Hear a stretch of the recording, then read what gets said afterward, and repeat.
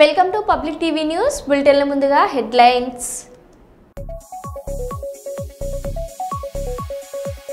Bus ప్రమాదం సంఘటనను పరిశీలించిన హోంమంత్రి అనిత.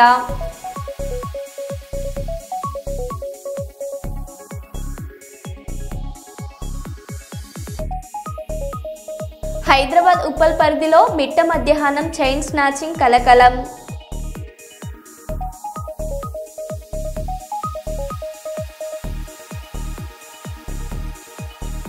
తెలంగాణలో ఆర్టీఏ అధికారులు విస్తృత తనిఖీలు.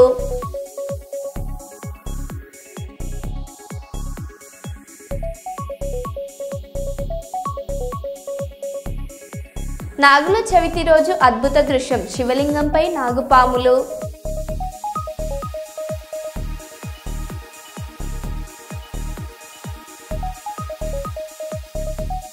సుల్తానాబాద్ పోలీసుల ఆధ్వర్యంలో రక్తదానం.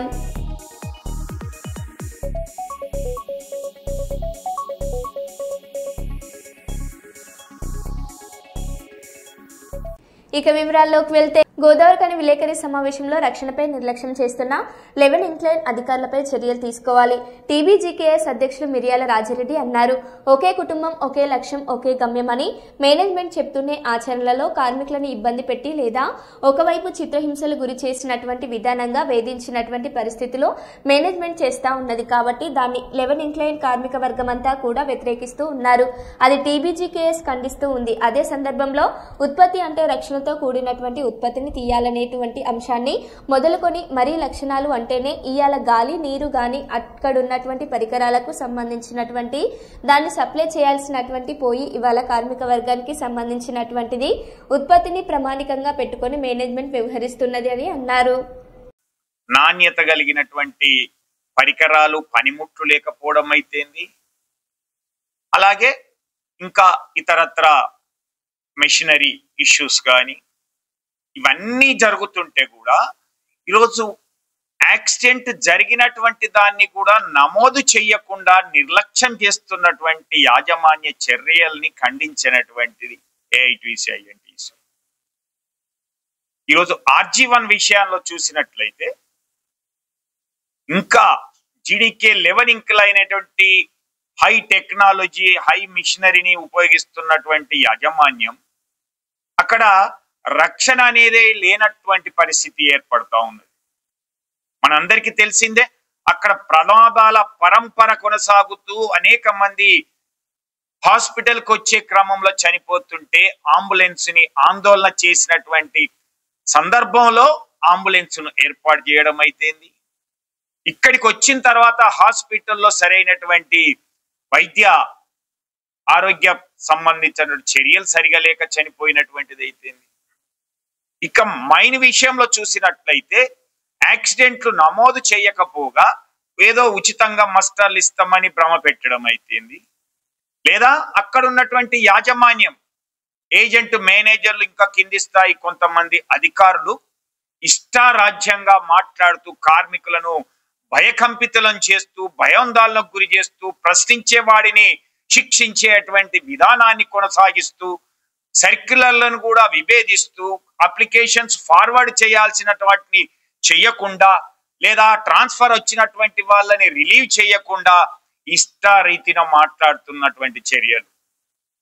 సంవత్సరాలు 18-20 సంవత్సరాలు ఒక అధికారి ఒకే చోట తిష్ట వేసినటువంటి క్రమం అయితేంది, దాన్ని సపోర్ట్ చేస్తున్నటువంటి పై అధికారులు అయితేంది, ఇలా కార్మికుల యొక్క అన్ని విషయాలపైన అవగాహన కలిగి ఎవరిని ఎట్లా బెదిరించాలి అనేటువంటి యూనియన్ల సహకారంతో వాళ్ళకి సర్ఫేస్ లో కొంత జాబ్ కల్పిస్తూ ఇతర కార్మికులని భయకంపితులను చేస్తూ చివరికి నేను యాక్టింగ్ చేసినటువంటి యాక్టింగ్ మస్టర్లను కూడా నమోదు చేయకుండా వాళ్ళకి ఇష్టమైనటువంటి వ్యక్తులకే ప్రమోషన్లు కట్టబెట్టేటువంటి విధానాన్ని కొనసాగిస్తున్నటువంటి RG1 లో ఉన్నటువంటి జీడీకే 11 ఇంక్లైన్ యాజమాన్యాన్ని తీవ్రంగా వ్యతిరేకిస్తూ తెలంగాణ బొగ్గని కార్మిక సంఘం ఆధ్వర్యంలో రాబోయే రోజుల్లో ఇలాంటి చర్యలే కొనసాగించినట్లయితే తప్పకుండా ఆందోళన కార్యక్రమాలు చేపడతామనేటువంటిది తెలియజేస్తా ఉన్నాం.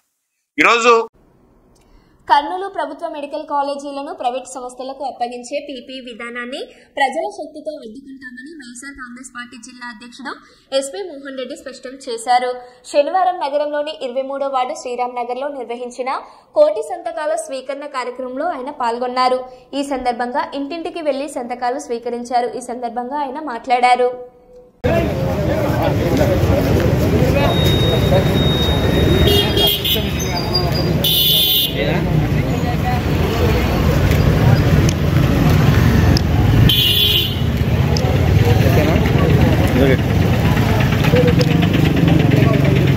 ఓకే సార్ ఎక్కించినప్పుడు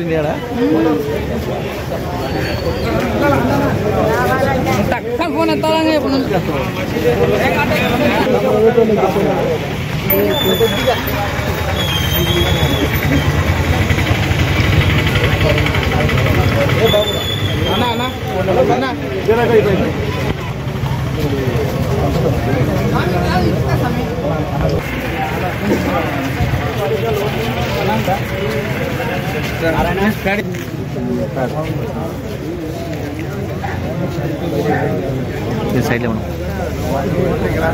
సైడ్ నాకు సైడ్ రానా ఓకే బాబు కొంచెం వెనక్కి అందరూ బాగా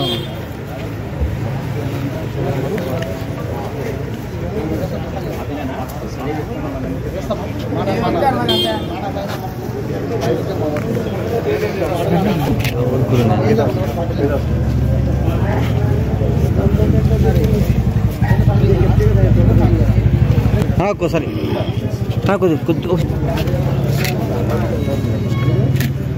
ఓకేనా okay okay sir okay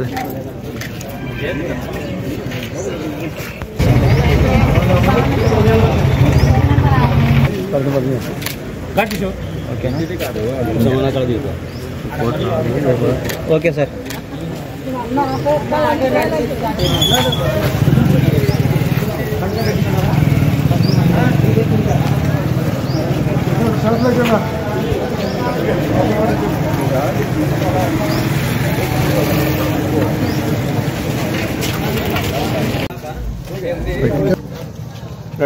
government Jaganmohan Reddy గారు కేంద్ర ప్రభుత్వంతో కష్టపడి 17 మెడికల్ కాలేజీలు ఒకేసారి శాంక్షన్ చేసుకొని వస్తే దానిలో 5 మెడికల్ కాలేజీలు కేవలం 2 సంవత్సరాలలో పూర్తి చేసి అడ్మిషన్లు కూడా స్టార్ట్ అయినాయి. 5 మెడికల్ కాలేజీలు బ్రహ్మాండంగా జరుగుతున్నాయి. 2 మెడికల్ కాలేజీలు పూర్తిగా తయారై ఫర్నిచర్తో సహా రెడీ అంటే అవి మెడికల్ సీట్లు కూడా సెంట్రల్ గవర్నమెంట్ శాంక్షన్ చేస్తే వాటిని మాకొద్దు సీట్లని వాపసు పంపించారు. మిగతా 10 మెడికల్ కాలేజీలు కూడా ఒక్కొక్క దానికి ఒక 150-200 కోట్లు ఖర్చు పెట్టి అయిపోయేదానికి అవన్నీ కూడా పీపీపీ విధానంలో వాళ్ళ బినామీలను పెట్టుకొని లోకేష్ గారు బినామీల ద్వారా వాళ్ళ పేరు మీద తీసుకొని లోకేష్ గారు 10-12 మెడికల్ కాలేజీలు గవర్నమెంట్ ప్రాపర్టీ దాదాపు 9-10 వేల కోట్ల విలువ చేసే ప్రాపర్టీని కొట్టేయడానికి స్కెచ్ చేసి మెడికల్ కాలేజీలన్నీ 65 సంవత్సరాలు సంవత్సరానికి 5,000 బాడిగా 60 ఎకరాల పొలము 300 కోట్లు ఖర్చు పెట్టినటువంటి ల్యాండ్ సంవత్సరానికి 5,000 అంటే నెలకు 400 బాడిగా. ఏడ పల్లెటూళ్ళలో బంకు కూడా 1000 రూపాయలు తీసుకుంటున్నారు. కాబట్టి దీన్ని పేద పిల్లలకు అన్యాయం చేయదు, పేద విద్యార్థులకు అన్యాయం చేయదు. ఈ టీచింగ్ హాస్పిటల్స్ ద్వారా ఆ 500 బెడెడ్ హాస్పిటల్ వచ్చిందంటే ఆ ప్రాంతంలో ఉన్నటువంటి పేదవాళ్ళందరికీ ఉచితంగా వైద్యం అందుతుంది. వీళ్ళందరికీ అన్యాయం జరగద్దు. ఇవన్నీ కూడా ప్రభుత్వం ద్వారానే నడవాలి, ప్రభుత్వం పూర్తి చేయాలి, ప్రభుత్వం ద్వారా నడవాలి. విద్యార్థులకు ఉచితంగా సీట్లు రావాలి. పేద ఆరోగ్యం బాగాలేనటువంటి పేదవాళ్ళందరికీ ఉచితంగా వైద్యం అందాలని వైఎస్ఆర్ కాంగ్రెస్ పార్టీ తరఫున 1 కోటి సంతకాలు సేకరించి గవర్నర్ గారికి ఇచ్చి వాళ్ళు చేసేటువంటి దోపిడీని అడ్డుకోవడానికి 1 కోటి సంతకాల కార్యక్రమం చేపట్టడం జరిగింది. దాంట్లో ప్రజలందరూ కూడా ఇది చాలా అన్యాయం, మేమందరం మీరు పోరాటం చేయండి, మీ వెంట మేము ఉంటామని ప్రజలందరూ కూడా ముందరకు వచ్చి సంతకాలు పెడుతున్నారు. కాబట్టి ఇప్పటికైనా చంద్రబాబు నాయుడు లోకేష్ బుద్ధి తెచ్చుకొని ఈ ప్రక్రియను ఆపాలని మేము డిమాండ్ చేస్తాం. ఈ కోటి సంతకాల కార్యక్రమము మాజీ ముఖ్యమంత్రి వర్యులు వైఎస్ జగన్మోహన్ రెడ్డి గారు 2019 నుంచి 25 గవర్నమెంట్ అప్పుడు 24 అప్పుడు 17 మెడికల్ మా దాంతో జగన్మోహన్ రెడ్డి గారి ఆదేశంతో ఇప్పుడు 1000 కోటి సంతకాలు పెట్టించి ఇది గవర్నర్ గారికి ఇచ్చి అది ప్రైవేట్ ప్రాపర్టీస్ కాకుండా ప్రజల ప్రాపర్టీగా చేయాలని చెప్పేసి మేమంతా ఈ కోటి సంతకాలు మొదలుపెట్టాము. సుల్తానాబాద్ పోలీస్ సర్కిల్, సుల్తానాబాద్, కాల్వ, శ్రీరాంపూర్, పోత్కపల్లి, ఎలిగేడు, జూలాపల్లి పోలీస్ స్టేషన్ల పరిధిలోని పోలీస్ సిబ్బందితో పాటు యువత పాల్గొని రక్తదానం చేయగా పోలీస్ రెడ్ క్రాస్ సొసైటీ ఆధ్వర్యంలో రక్తాన్ని సేకరించారు. ఈ సందర్భంగా డీసీపీ మాట్లాడుతూ అనేక సందర్భాలలో రోడ్డు ప్రమాదాలు సంభవించినప్పుడు రక్తం అందక చాలా మంది ప్రాణాలు కోల్పోతున్నారని, రక్తాన్ని దానం చేస్తే ఆపద సమయంలో మరొకరి ప్రాణాలు కాపాడిన వారవుతారని, యువత సన్మార్గంలో ప్రయాణించి శాంతి భద్రతల పరిరక్షణకు పాటుపడాలని అన్నారు. నియమ నిబంధనలు పాటిస్తే ఎలాంటి ప్రమాదాలు సంభవించవని, పోలీసులకు ప్రజలకు మధ్య సత్ప్రవర్తన కలిగి ఉండాలని, తద్వారా సమాజం శాంతి మార్గంలో ఉంటుందని పేర్కొన్నారు. ప్రజలకు సేవలందించడంలో అమరులైన వారి స్మారకార్థం వారోత్సవాలు నిర్వహించడం జరుగుతుందని తెలిపారు. అనంతరం మృతి చెందిన పోలీస్ అమరవీరులకు 2 నిమిషాలు మౌనం పాటించారు. పోలీస్ వారోత్సవాల సందర్భంగా రక్తదాతలకు Godavari urban society lions club వారు ఎనర్జీ డ్రింక్స్ ను అందించారు. కృతజ్ఞతలు తెలియజేస్తున్నాను. ఏదో మనము ఇంటికాడ అంటే మన పిల్ల బాగా తీసుకోవడం జరిగింది. వారికి 2 నిమిషాలు వారికి అమరవీరులకు మనము మౌనం పాటిద్దాం. రాబోయే కాలంలో కూడా ఎంతో మంది కూడా చనిపోయినటువంటి వీరులు ఉన్నారు. వారి సేవలను పాల్గొనడం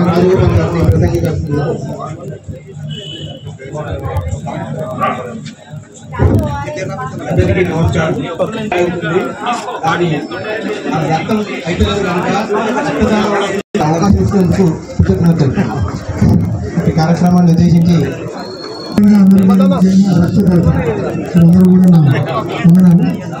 పోలీస్ సిబ్బందికి వారంతా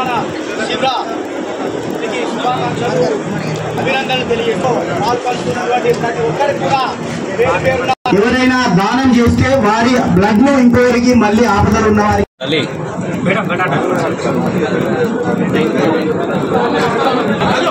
ప్రతి సంవత్సరం అమరవీరుల వారోత్సవాలు రక్తదాన శిబిరం ఏర్పాటు చేయడం జరిగింది.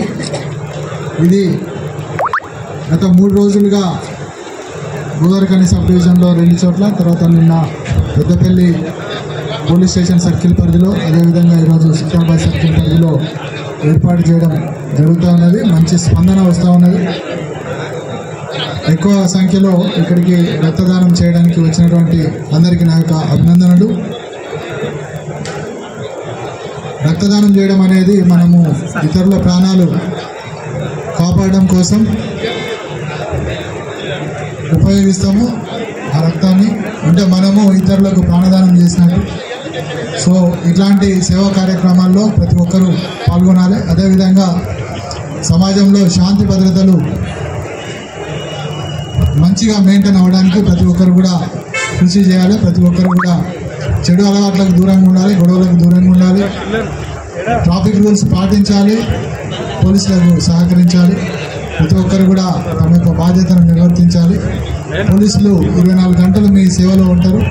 సో వాళ్ళకి మీరు సపోర్ట్గా ఉన్నట్టయితే, మీరు పోలీసులు ప్రజలు కలిసి పనిచేసినట్టయితే సమాజంలో మంచి ఫలితాలు వస్తాయి. ఎక్కడైతే శాంతి భద్రతలు బాగుంటాయో అక్కడ అభివృద్ధి అనేది జరుగుతుంది. కాబట్టి ప్రతి ఒక్కరు కూడా పోలీసులకు పూర్తి స్థాయిలో సహకరించాలని ఇక్కడికి వచ్చిన ప్రతి ఒక్కరికి, మీడియా వారికి, లయన్స్ క్లబ్ వారికి, పోలీసులకు అందరికీ నా యొక్క ధన్యవాదాలు. Thank you.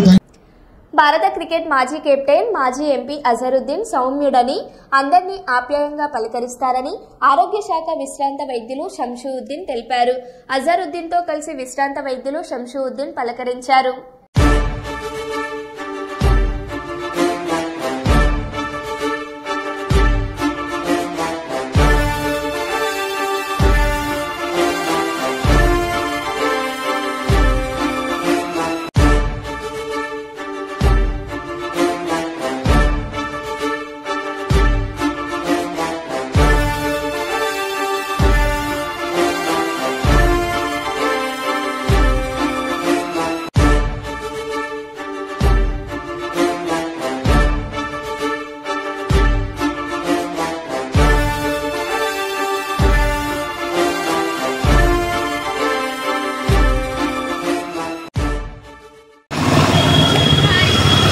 लोग फैमिली के साथ कश्मीर जा रहे थे।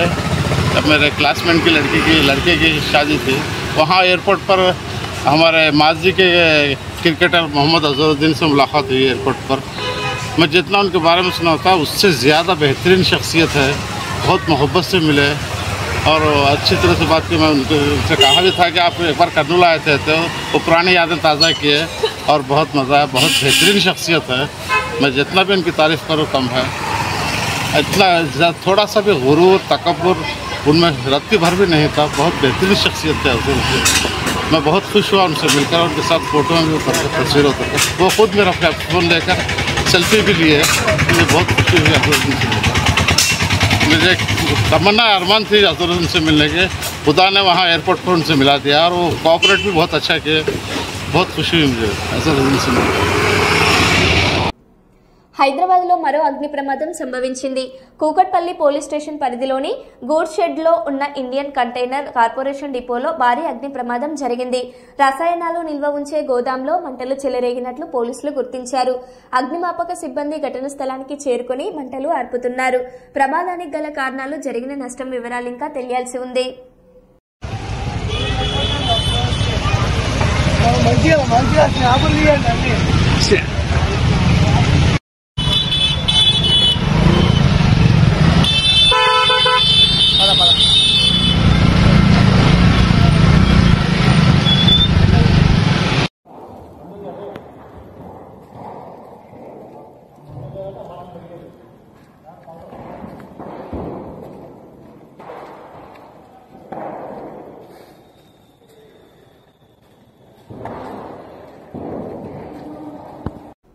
స్థానిక జిల్లా పోలీస్ కార్యాలయంలో ఉన్న వ్యాస్ ఆడిటోరియంలో చిన్న టేకూరు వద్ద జరిగిన ప్రైవేట్ ట్రావెల్ బస్ ప్రమాద ఘటనపై ప్రెస్ కాన్ఫరెన్స్ నిర్వహించిన హోంశాఖ మంత్రి వర్యులు వంగలపూడి అనిత గారు, రవాణా శాఖ మంత్రి మండిపల్లి రాంప్రసాద్ రెడ్డి గారు, ప్రెస్ కాన్ఫరెన్స్ లో పాల్గొన్న డీజీపీ హరీష్ కుమార్ గుప్తా, జిల్లా కలెక్టర్ డాక్టర్ ఎసిరి, Panyam MLA Gowru Charitha, Pattikonda MLA KE Shyambabu, Kodumur MLA Boggula Dastagiri తదితరులు. వేమూరి కావేరీ ట్రావెల్స్ యాక్చువల్గా మనకి అరౌండ్ హైదరాబాద్ నుంచి బెంగళూరు ప్రయాణమవుతున్న బస్సు ఎర్లీ మార్నింగ్ మనకి 3 to 3:15 మధ్యలో ఇక్కడ ఒక యాక్సిడెంట్కి గురవడం చాలా బాధాకరమైన విషయం. ఆ యాక్సిడెంట్ కూడా మనకి చూస్తే ఒక ఎదురుగా వస్తున్న బైక్ని ఢీకొని కొంత దూరం ఒక 15 to 20 మీటర్స్ అది కొంచెం ముందుకు తీసుకెళ్ళటం, దాంట్లో వచ్చిన స్పార్క్ ప్రాథమిక విచారణ ప్రకారం వచ్చిన ఇన్ఫర్మేషన్ మీకు చెప్తున్నాం. దాంట్లో చిన్న స్పార్క్ వల్ల కొంచెం దాంట్లో మంటలు చెలరేగటం, ఆ మంటలు చెలరేగి అక్కడ చాలామంది సుమారుగా మనకి 19 మంది, 17 మంది పెద్దవాళ్ళు, 2 చిన్నపిల్లలు చనిపోవడం అనేది నిజంగా చాలా దురదృష్టకరమైన సంఘటన. ఈ సంఘటనకి సంబంధించి మనకి మ్యాక్సిమం మార్నింగ్ 3 o'clock నుంచి 3:15 టైంలో ఇన్సిడెంట్ జరిగిన తర్వాత 3:21కి ఆ నియర్ బై ఉన్న సిఐకి ఇన్ఫర్మేషన్ వచ్చింది. వెంటనే పోలీస్ డిపార్ట్మెంట్ వాళ్ళు, అదేవిధంగా మన ఫైర్ డిపార్ట్మెంట్ వాళ్ళు అందరూ కూడా చిన్న టేకూరు విలేజ్కి చేరుకొని రెస్క్యూ ఆపరేషన్స్ కూడా చేయడం జరిగింది. ఇమీడియట్గా ఇన్సిడెంట్ తెలుసుకున్న వెంటనే గౌరవ ముఖ్యమంత్రి గారికి ఇన్ఫర్మేషన్ మా డీజీపీ గారు, అదేవిధంగా మా ఎస్ఎల్డీజీ ఇంటెలిజెన్స్ వాళ్ళందరూ కూడా ఇన్ఫర్మేషన్ ఇవ్వటం, మాకు కూడా ఇన్ఫర్మేషన్ ఇచ్చిన వెంటనే నియర్ బై ఉన్న మా పొలిటికల్ లీడర్స్ అందరికీ కూడా మంత్రి గారు మండిపల్లి రాంప్రసాద్ రెడ్డి గారికి, అదేవిధంగా లోకల్ ఎమ్మెల్యే చెత్తారెడ్డి గారికి, ఎంపీ గారికి అందరికీ కూడా ఇన్ఫర్మేషన్ ఇస్తే అరౌండ్ 6-6:30 కల్లా మ్యాక్సిమం ఎమ్మెల్యే ఎంపీ వాళ్ళు కూడా అక్కడికి వచ్చి ఆ రెస్క్యూ ఆపరేషన్స్లో కూడా వాళ్ళు కూడా సహాయ సహకారాలు అందించారు. అదేవిధంగా మంత్రి గారు కూడా వితిన్ 2 hours మనకి 9-10 కల్లా అక్కడికి ఇంచుమించుగా చేరుకొని పరిస్థితి అంతా సమీక్షించడం జరిగింది. ఓవరాల్గా చూస్తే టోటల్ పాసెంజర్స్ బస్సులో 39 మంది పెద్దవాళ్ళు, 4 చిన్నవాళ్ళు, 2 అన్ఐడెంటిఫైడ్ ఉన్నారు. ఈ అన్ఐడెంటిఫైడ్ కూడా ఏంటంటే ఆరాంగర్ అని చెప్పి చౌరాస్తా దగ్గర 2 కూడా ఎక్కడం జరిగింది. అందులో ఒకరు దిగిపోయారు, ఒకరు ఉన్నారు అందులో. సో తర్వాత మనకి సర్వైవర్స్ చూసుకుంటే మ్యాక్సిమం మంటలు చెల్లగానే ఎక్స్ట్రా డ్రైవర్ వచ్చి కొంచెం వెనకాతలో ఉన్న ఎగ్జిట్ డోర్ని కొంచెం బలంగా పగలగొట్టడం, తర్వాత వీళ్ళందరూ కూడా కొంచెం చాలామంది రెస్క్యూ ఆపరేషన్స్ చేసుకొని వాళ్ళుగా కొంతమంది బయటకు కూడా రావడం జరిగింది. అలా చూసుకుంటే 23 మంది అడల్ట్స్, 2 పిల్లలు ఇప్పుడు ఏదైతే మీరు కొన్ని సూచనలు ఇచ్చారో ఆ సూచనలు బేస్ చేసుకొని ఒక రిపోర్ట్ కూడా రెడీ చేసి సీఎం గారికి ఇవ్వడానికి కూడా సిద్ధపడతాం. దానికి కూడా సీఎం గారికి చెప్తాం. ఏర్పాటు చేయబోయే కమిషన్ ఏదైతే ఉందో, కమిటీ ఏదైతే ఉందో 3 డిపార్ట్మెంట్లు కలిపి, అందులో అన్ని ఎంక్వైరీలు కూడా జరుగుతాయి, అన్ని డీటెయిల్స్ బయటకు వస్తాయి. ఒక సూచనలే కాకుండా మేము కూడా ఒక ఎస్ఓపి ఇచ్చేస్తాం. ఇలా ఉండాలి, ఇలా ఉంటేనే రోడ్డు మీదకి ఎక్కాలి, బస్ ఇంతే స్పీడ్లో నడపాలి. ఈ టైంలోనే అడిగినట్టు ఫైర్ అలారం సిస్టమ్ కొత్తగా లేటెస్ట్గా వచ్చే బస్సులకు ఆటోమేటిక్గా ఎనేబుల్ చేస్తున్నామని. ఇది 7 years ఓల్డ్ బస్సు కాబట్టి దీంట్లో లేదు యాక్చువల్గా. ఇప్పుడు కొత్తగా వచ్చే బస్సులు అన్ని దానికి సేఫ్టీ మెజర్స్ తీసుకుంటున్నాం. ముఖ్యంగా ఈ ఘటన విషయానికి మనం మాట్లాడుకుంటే మెయిన్గా ఆ టైమింగ్ కూడా ఒక కారణం అండి. మామూలుగా యాక్సిడెంట్, ఈ ఫైర్ యాక్సిడెంట్ జరిగేటప్పుడు మార్నింగ్ టైం జరిగితే తీవ్రత వేరే విధంగా ఉంటుంది, డీప్ స్లీప్లో జరిగితే వేరే విధంగా ఉంటుంది. ఇప్పుడు లేట్ నైట్ 3 గంటలు అన్నప్పటికీ ఇప్పుడు సర్వైవ్ అయ్యే వాళ్ళందరినీ మీరు చూశారు, చిన్న చిన్న ప్రాబ్లమ్స్ అంతా బయటకు వచ్చేసారు.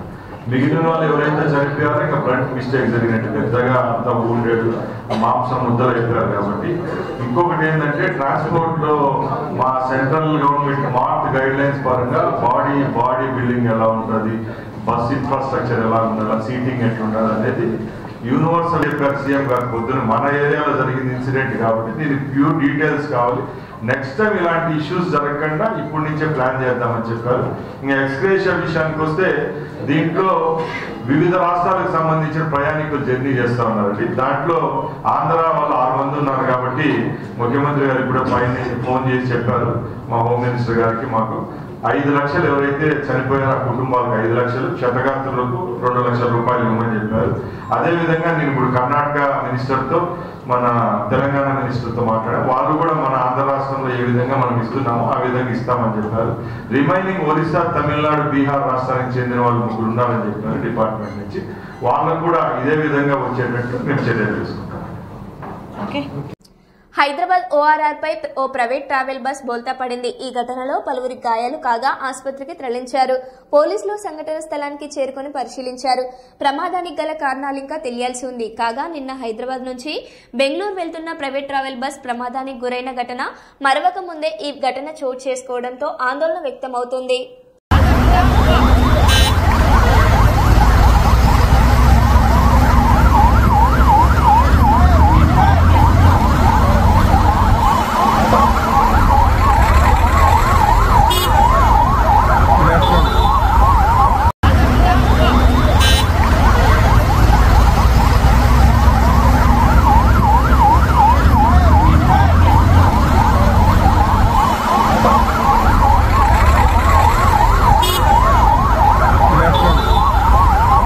నాగుల చవితి రోజు అద్భుత దృశ్యం కనువిందు చేసింది.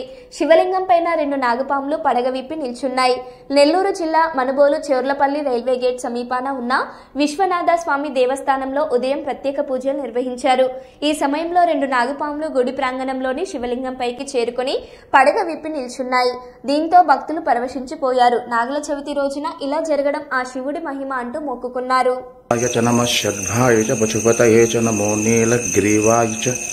స్థితికంఠాయ చ కపర్ధినే చ యూయప్తకేశాయ చ నమః సహస్రాక్షాయ చ శతధన్వనే చ నమో గిరీశాయ శివిష్టాయ చ నమో మేడుష్టమా విశేషమతే నమః పార్వతీపతయ హర హర మహాదేవ రక్షమాం రక్షమా.